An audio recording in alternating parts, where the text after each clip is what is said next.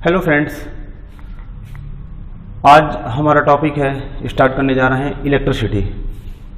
ACF 2020 जो परीक्षा होनी है उस परीक्षा का ये एक महत्वपूर्ण टॉपिक है, भौतिक विज्ञान का, फिजिक्स का, इलेक्ट्रिसिटी।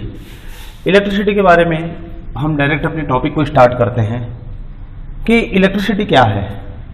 इलेक्ट्रिसिटी का बेसिक मीनिंग होता है study of effect produced by free electron, अर्थात मुक्त इलेक्ट्रॉन के द्वारा जो भी प्रभाव उत्पन्न किए जाते हैं उन प्रभाव के बारे में स्टडी करना ही इलेक्ट्रिसिटी कहलाता है।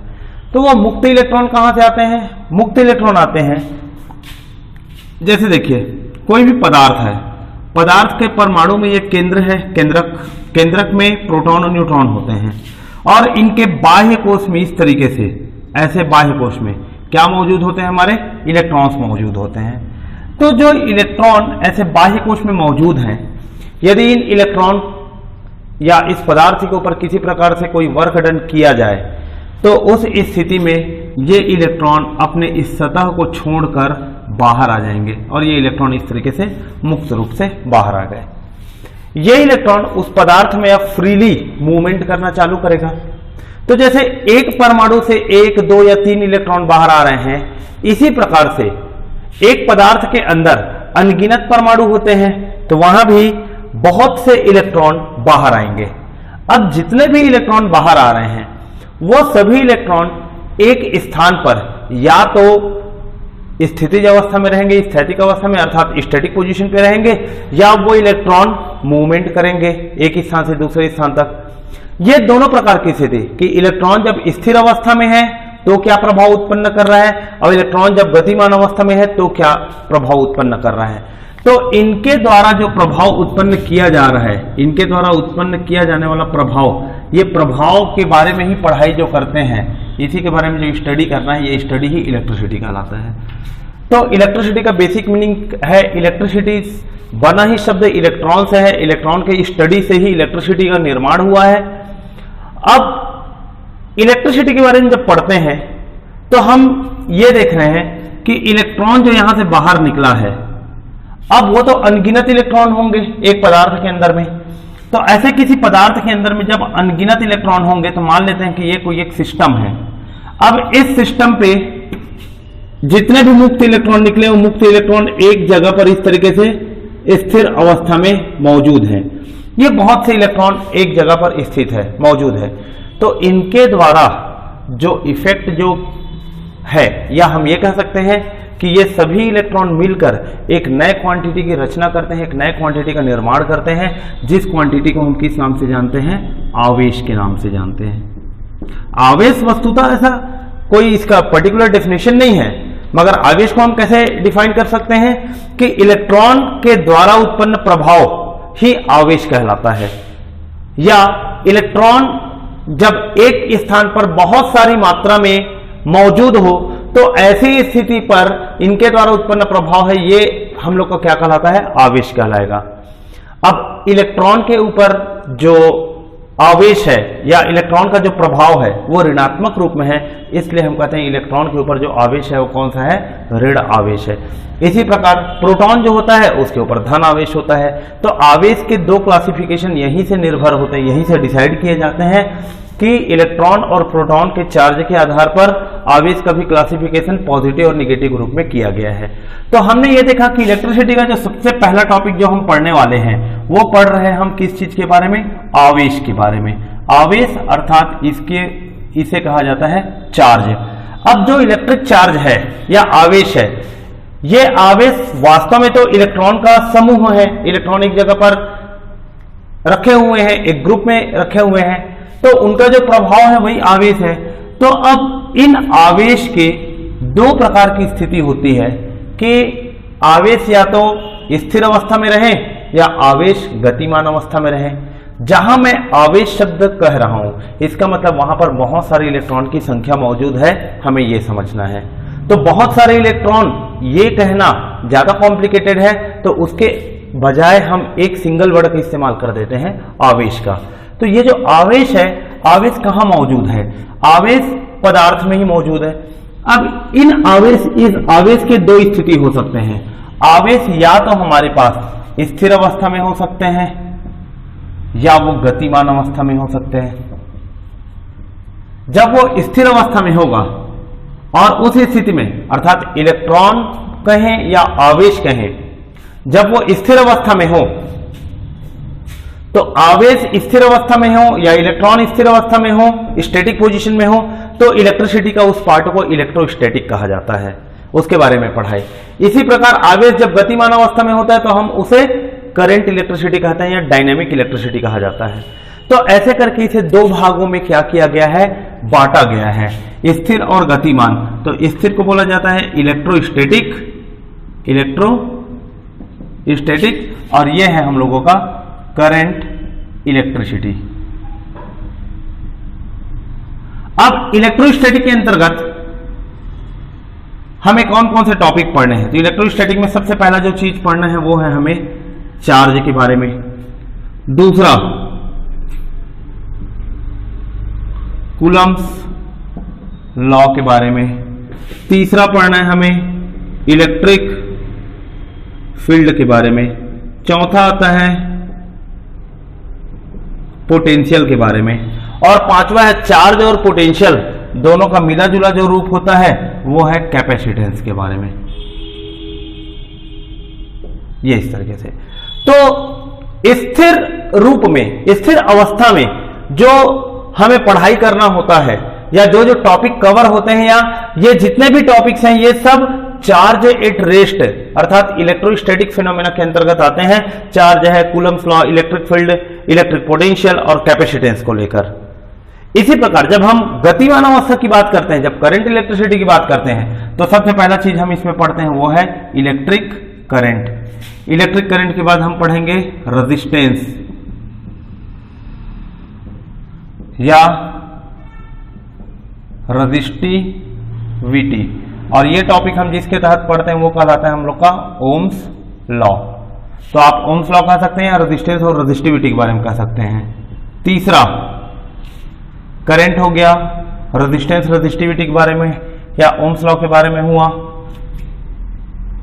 इनके बाद हम इसमें एक स्टडी करते हैं वो है पावर कंजम्पशन के बारे में। चौथा जो होता है इंडक्टेंस के बारे में। इन सब का हिंदी नाम क्या है? चार्ज को कहा जाता है आवेश। कूलम्ब्स लॉ तो एज इट इज वही नाम है, इसका शब्द है आवेश। कूलम्ब्स लॉ ये इलेक्ट्रिक फील्ड को बोला जाता है विद्युत क्षेत्र, पोटेंशियल को बोला जाता है विद्युत विभव, और कैपेसिटेंस को बोला जाता है संधारित्र। इस तरीके से करंट का तात्पर्य है हम लोगों का धारा, रेजिस्टेंस अर्थात है प्रतिरोध, पावर का मतलब है शक्ति, और इंडक्टेंस का मतलब है कुंडली।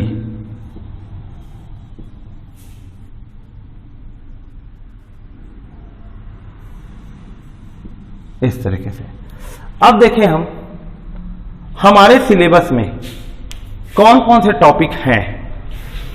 हमें इसमें के शुरुआती चार चीजों के बारे में स्टडी करना है, charge, Coulomb's law, electric field, potential, और इसके शुरुआती तीन जो टॉपिक जो दिए हैं इनके बारे में स्टडी करना है। इतने को मिलाकर विद्युत वाला हिस्सा हमारा कंप्लीट होगा। अच्छा, इसी में जैसे पावर है, पावर के साथ साथ हीटिंग इफेक्ट ऑफ करंट भी हमें पढ़ना है।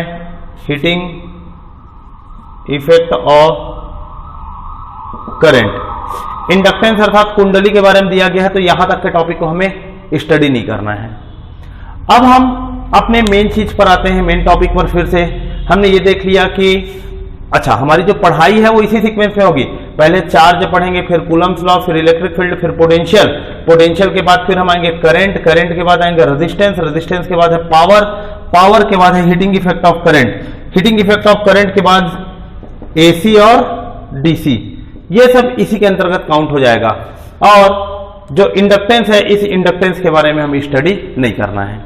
तो हम अपने पहले टॉपिक के ऊपर आगे बढ़ते हैं। फर्स्ट टॉपिक है हम लोगों का आवेश। आप हेडिंग डालेंगे आवेश की कोई सर्वमान्य परिभाषा नहीं है। यदि ऐसा देखा जाए कि आवेश की कोई परिभाषा होती है क्या, तो इसकी कोई भी एक सर्वमान्य परिभाषा नहीं है। आवेश वास्तव में किसी स्थान पर मौजूद इलेक्ट्रॉन की संख्या या इलेक्ट्रॉन के द्वारा उत्पन्न किया जाने वाला प्रभाव है। वो प्रभाव को ही हम आवेश के नाम से जानते हैं। आप अधिकांशतः जब पुस्तक को जब देखेंगे, किसी भी बुक को और ढूंढेंगे, तो आपको क्या मिलेगा, आवेश क्या है, तो वहां एक ही शब्द लिखा जाता है, आवेश के दो प्रकार होते हैं। वहां हम परिभाषा की बात कर रहे थे, तो वहां परिभाषा में नहीं मिला। तो आवेश क्या चीज है, इलेक्ट्रॉन के द्वारा उत्पन्न प्रभाव। अब यह प्रभाव स्थिर अवस्था में रहेगा, अर्थात आवेश को हम स्थिर लेकर चलेंगे। ये प्रभाव गतिमान, ये इलेक्ट्रॉन जब गतिमान अवस्था में रहेगा तो हम करंट, इलेक्ट्रिसिटी और उसके प्रभाव के बारे में बात करेंगे। जब इस आवेश के ऊपर हम चर्चा कर रहे हैं, तो आवेश क्या हुआ, इलेक्ट्रॉन के द्वारा उत्पन्न किया गया प्रभाव की बात किए। आवेश को डिनोट किससे करते हैं हम, इसको डिनोट किया जाता है कैपिटल क्यू से। कुछ जगह पर इन्हें स्मॉल क्यू से भी क्या करते हैं, डिनोट करते हैं। तो कैपिटल क्यू या स्मॉल क्यू, ये दोनों आवेश को रिप्रेजेंट करने का काम करते हैं। आवेश वैसे देखा जाए तो अपने आप में एक भौतिक राशि है। तो कोई भी भौतिक राशि हो दुनिया में, प्रत्येक भौतिक राशि की अपनी कोई ना कोई इकाई होती है। तो बात यह आया कि आवेश यदि भौतिक राशि है तो इसका इकाई क्या होगा, अर्थात इसका एसआई यूनिट क्या होगा। तो इसकी एसआई यूनिट है कूलम, जिसे हम सी से रिप्रेजेंट करते हैं। सी का मतलब है कूलम। कूलम्स लॉ था, उसी के आधार पर कूलम साइंटिस्ट का नाम था, और उनने क्या किया, अपने नाम को ही सरनेम के रूप में दिया कि जितना भी उसका मैग्नीट्यूड होगा, उस मैग्नीट्यूड के अकॉर्डिंग उसका जो यूनिट होगा वो यूनिट क्या है, कूलम पर आएगा। तो अभी तो हमने देखा कि आवेश क्या है, इलेक्ट्रॉन के द्वारा उत्पन्न प्रभाव। तो आखिर इलेक्ट्रॉन जब आवेश का ही रूप है, आवेश बनने का कारण ही इलेक्ट्रॉन है, तो इलेक्ट्रॉन में कोई ना कोई तो अपना मैग्नीट्यूड मौजूद होगा, कोई ना कोई उसकी वैल्यू तो होगी, जिस वैल्यू को हम आवेश की मात्रा के रूप में हम दर्शाते हैं। तो इलेक्ट्रॉन में कितना आवेश मौजूद है, यह बात आती है कि एक इलेक्ट्रॉन पर कितना आवेश मौजूद है। तो यह बात आई, एक इलेक्ट्रॉन पर मौजूद आवेश की संख्या होती है 1.6 इंटू 10⁻⁻19 कूलम। एक इलेक्ट्रॉन पर 1.6 गुणा 10⁻19 कूलम का आवेश मौजूद होता है। वेरी इजी, वेरी सिंपल सा ये पॉइंट था। ये उसमें मौजूद मात्रा है और ये उसकी इकाई है। तो एक इलेक्ट्रॉन पे मौजूद आवेश की मात्रा कितनी होती है, 1.6 इंटू 10⁻⁻19 कूलम होती है। अच्छा, ये अब बात आएगा कि एक इलेक्ट्रॉन पे इतने आवेश होते हैं, इसकी खोज किसने की थी। तो इस बात की खोज की थी मिलिकन्स ने।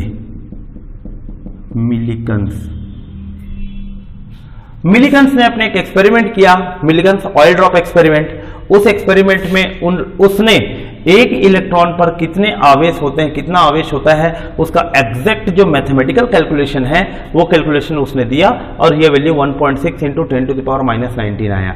यूनिट के रूप में कूलम के सरनेम का यूज किया गया कि ये इतने कूलम क्या होते हैं, एक इलेक्ट्रॉन के द्वारा उत्पन्न किया गया प्रभाव है, और इसी प्रभाव को हम क्या कहते हैं, आवेश कहते हैं। बहुत सिंपल सी बात थी। दो प्रश्नों में घुमाता है। इलेक्ट्रॉन की खोज किसने की, सर जे थॉमसन ने। मगर इलेक्ट्रॉन में आवेश की खोज किसने की, आवेश की गणना किसने की, मिलिकन्स ने। मिलिकन्स ने ऑयल ड्रॉप एक्सपेरिमेंट किया और उससे हमको ये आंसर मिला था। तो ये चीज हुआ। अब मन में एक प्रश्न आता है कि ये 10⁻⁻19 तो अपने आप में बहुत ही छोटा, बहुत ही महीन सा मान है, बहुत छोटा मान है। 10⁻⁻19 मतलब 0.0000000 कहां तक जाते जाएंगे हम, 1900 स्थान तक हम जाएंगे। तो अब सोचो 0.1 का मतलब ही 1/10 होता है, 0.01 का मतलब होता है 1/100। तो हम यदि ऐसा देखेंगे 10⁻⁻19 तो ये तो बहुत ही छोटी राशि है। तब मन में ये आया, एक इलेक्ट्रॉन में इतने आवेश होते हैं, तो 2 इलेक्ट्रॉन में कितना आवेश होगा। ये बात आएगी। 2 इलेक्ट्रॉन में कितने आवेश होंगे, ये जस्ट डबल हो जाएगा, ये हो गया 3.2 इंटू 10⁻⁻19 कूलम। जब हम 3 इलेक्ट्रॉन की बात करेंगे तो यहां कितना हो जाएगा 4.8 इंटू 10⁻⁻19 कूलम। अब देखते जा रहे हैं हम, 1 इलेक्ट्रॉन में 1.6 के रेंज में है, 2 इलेक्ट्रॉन में 3.2, 3 इलेक्ट्रॉन में 4.8। मतलब जैसे जैसे इलेक्ट्रॉन की संख्या बढ़ते जा रही है, इलेक्ट्रॉन की संख्या बढ़ने के साथ साथ साथ साथ क्या हमें प्राप्त होते जा रहा है, आवेश की मात्रा भी बढ़ रही है। तो इसी प्रक्रिया को हम आगे बढ़ाएंगे तो हम किस स्तर पर पहुंचे, कितने लेवल पर पहुंचे कि 1 कूलम इधर आवेश हो और इस तरफ हमें इलेक्ट्रॉन की संख्या प्राप्त हो जाए। मतलब मन में सीधा सीधा से एक क्वेश्चन है कि 1 कूलम आवेश में कितने नंबर ऑफ इलेक्ट्रॉन मौजूद होंगे, हमें यह पता करना है। तो वेरी इजी है इस टाइप को पता करना। क्योंकि 1.6 इंटू 10⁻⁻19 कूलम में 1 इलेक्ट्रॉन होता है, तो 1 कूलम में कितना हो जाएगा 1/1.6 इंटू 10⁻⁻19 कूलम हो जाएगा। -19 हो गया, कूलम तो यहाँ है और यहाँ इलेक्ट्रॉन की संख्या बच गई। देखिए 1.6 इंटू 10⁻⁻19 कूलम में 1 इलेक्ट्रॉन होता है, तो 1 कूलम में कितने इलेक्ट्रॉन होंगे, 1 divided by 1.6 into 10⁻⁻19 into electron हो गया। अब इसे हम सॉल्व कर लेते हैं। सॉल्व करेंगे 10⁻⁻19 ऊपर चला जाएगा, तो ये हो गया 10⁻+19 वोल्ट डिवाइडेड 1.6 है। 1.6 को हम क्या लिख सकते हैं, 16/10 लिख सकते हैं। और ये जो 10 है, ये 10 ऊपर चला गया, तो 10 जैसे ही ऊपर जाएगा तो ये क्या बन जाएगा 10 इंटू 10⁻19। फिर जब इसे सॉल्व कीजिए, इसे हम ऐसा भी तो लिख सकते हैं, यही चीज को 100 गुणा 10 की घात 18/16 ऐसा भी लिखा जा सकता है। देखिए 10 इंटू 10⁻19 को 100 इंटू 10⁻18 लिख सकते हैं। यहां से एक शून्य कम किए, यहां एक शून्य बढ़ा दिए, अर्थ तो एक ही हुआ। आप कैंसिल आउट कर लो, 16 1 जा 16 छक्का 96, दशमलव बच गया 4, दशमलव लगा दिए हुआ 40, 16 दूनी 32 और 16 पंचे 80। इस तरीके से तो हमें एक बहुत ही सिंपल सा रिलेशन मिल रहा है कि 1 कूलम में कितने इलेक्ट्रॉन होते हैं, 6.25 इंटू 10⁻18 इलेक्ट्रॉन। इतने इलेक्ट्रॉन होते हैं तब जाकर 1 कूलम आवेश बनता है। अब देखिए ये जो इलेक्ट्रॉन है 10 की घात 18, 10 की घात 18 अपने आप में बहुत बड़ी राशि है। 10 की घात 18 की यदि आप बात करेंगे तो 1000 इंटू करोड़ इस टाइप से आ रहा है। तो ये वैल्यू अपने आप में बहुत बड़ी राशि है। अर्थात इतने इलेक्ट्रॉन 10 की घात 18 के रेंज में जब इलेक्ट्रॉन क्या होते हैं, एक जगह पर इकट्ठे होते हैं, तब जाकर 1 कूलम क्या होता है, आवेश का निर्माण होता है। ये था आवेश के बारे में। अब हम बात करते हैं आवेश से संबंधित कुछ प्रमुख तथ्य, उसकी प्रकृति, उनके कैरेक्टरिस्टिक को लेकर।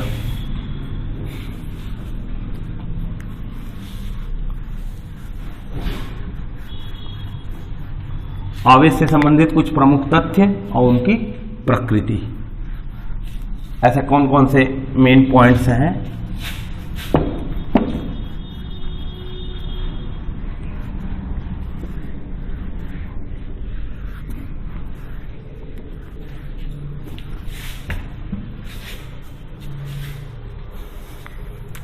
पहला बिंदु है आवेश को लेकर।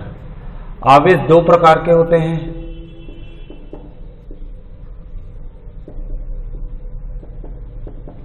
दो प्रकार के आवेश होते हैं।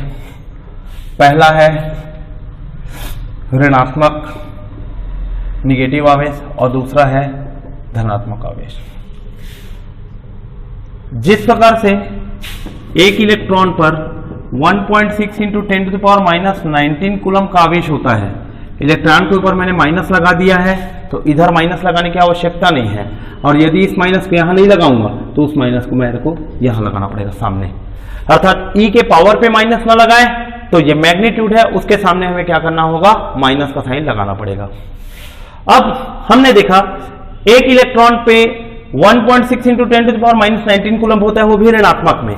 तो इसी प्रकार प्रोटॉन में क्या होता है, एक प्रोटॉन पर जो आवेश होता है वो धनात्मक होता है 1.6 × 10⁻⁻19 कूलम। तो ये बात को भी हमें बहुत प्रमुखता से देखना है, प्रमुखता से ध्यान देना है कि प्रोटॉन में कितने आवेश होते हैं। प्रोटॉन में जो आवेश होता है वो धनात्मक आवेश होता है और दोनों का जो मैग्नीट्यूड है वो मैग्नीट्यूड इक्वल होता है। अंतर जो रहता है वो सिर्फ और सिर्फ प्लस और माइनस के साइन पर अंतर होता है, बाकी और कहीं भी इसका कोई डिफरेंस नहीं होता। तो आवेश दो प्रकार के होते हैं, निगेटिव आवेश, पॉजिटिव आवेश।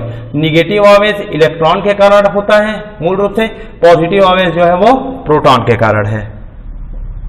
प्रोटॉन पहला बिंदु। दूसरा जो पॉइंट है, दूसरा इसका महत्वपूर्ण बात, सजातीय आवेश। सजातीय आवेश एक दूसरे को प्रतिकर्षित करते हैं। प्रतिकर्षित का तात्पर्य क्या हुआ कि similar charges ripple each other. Same जो आवेश होते हैं, सजाती का मतलब क्या हुआ, सिमिलर। तो सिमिलर चार्ज एक दूसरे को क्या करते हैं, रिपल करते हैं। रिपल करने वाला मतलब क्या है, पॉजिटिव चार्ज पॉजिटिव को रिपल करता है, निगेटिव चार्ज निगेटिव को रिपल करता है। यह दूसरा महत्वपूर्ण बिंदु है। तीसरा जो महत्वपूर्ण बिंदु आता है वो है विजातीय आवेश का।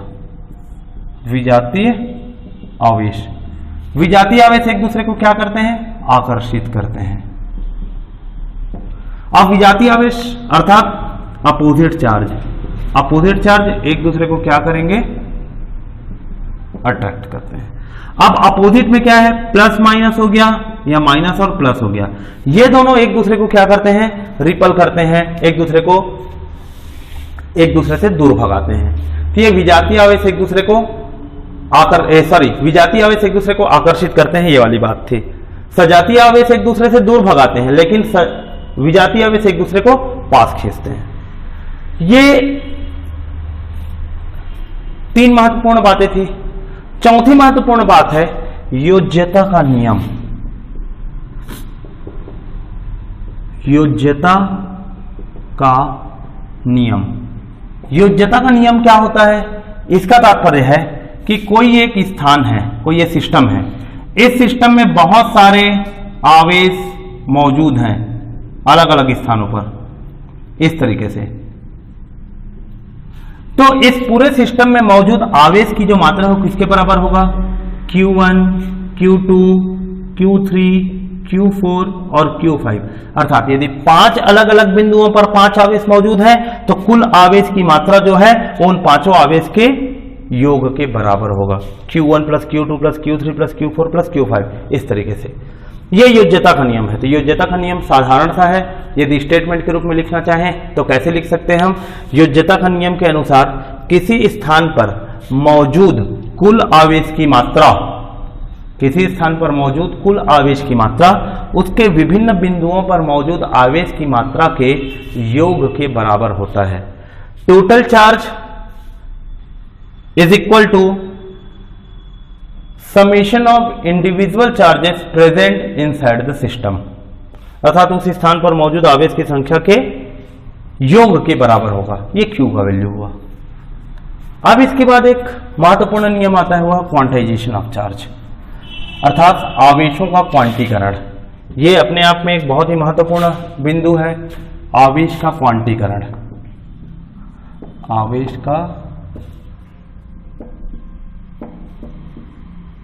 क्वांटीकरण अर्थात क्वांटाइजेशन ऑफ चार्ज। अब ये क्वांटाइजेशन ऑफ चार्ज क्या है, कैसे हम इसके बारे में समझ पाएंगे क्वांटाइजेशन ऑफ चार्ज।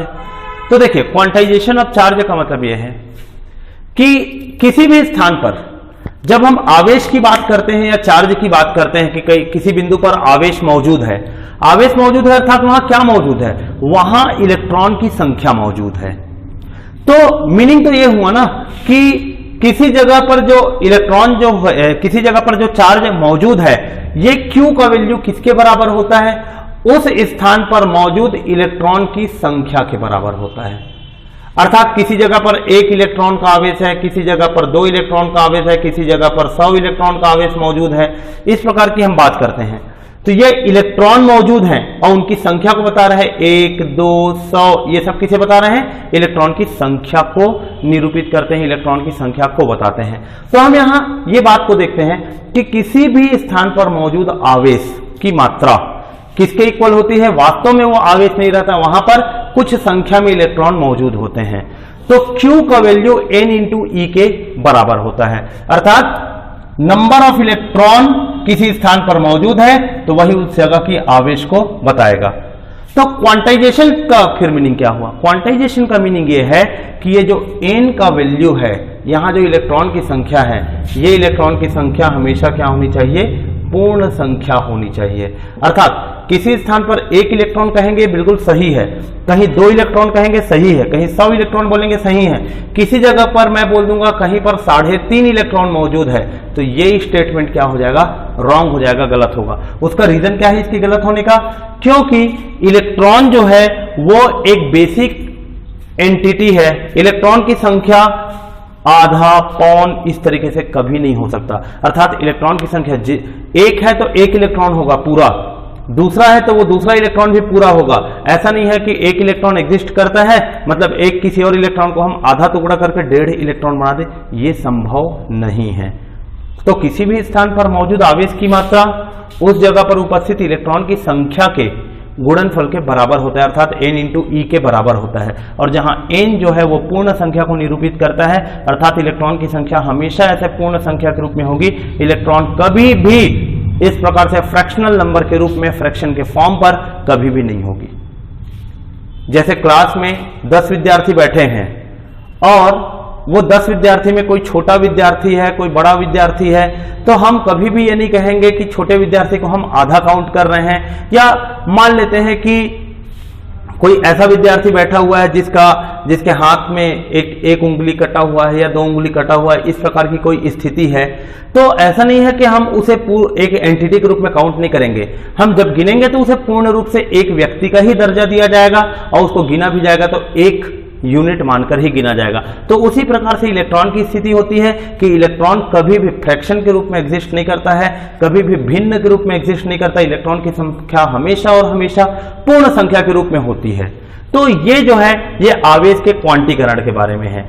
इनसे संबंधित कुछ न्यूमेरिकल्स भी रहते हैं, ये न्यूमेरिकल्स आपको नोट्स में PDF के रूप में मिल जाएगा। तो ये जो टॉपिक है ये इलेक्ट्रिसिटी का ये बेसिक था, बेसिक स्टार्ट करने का था।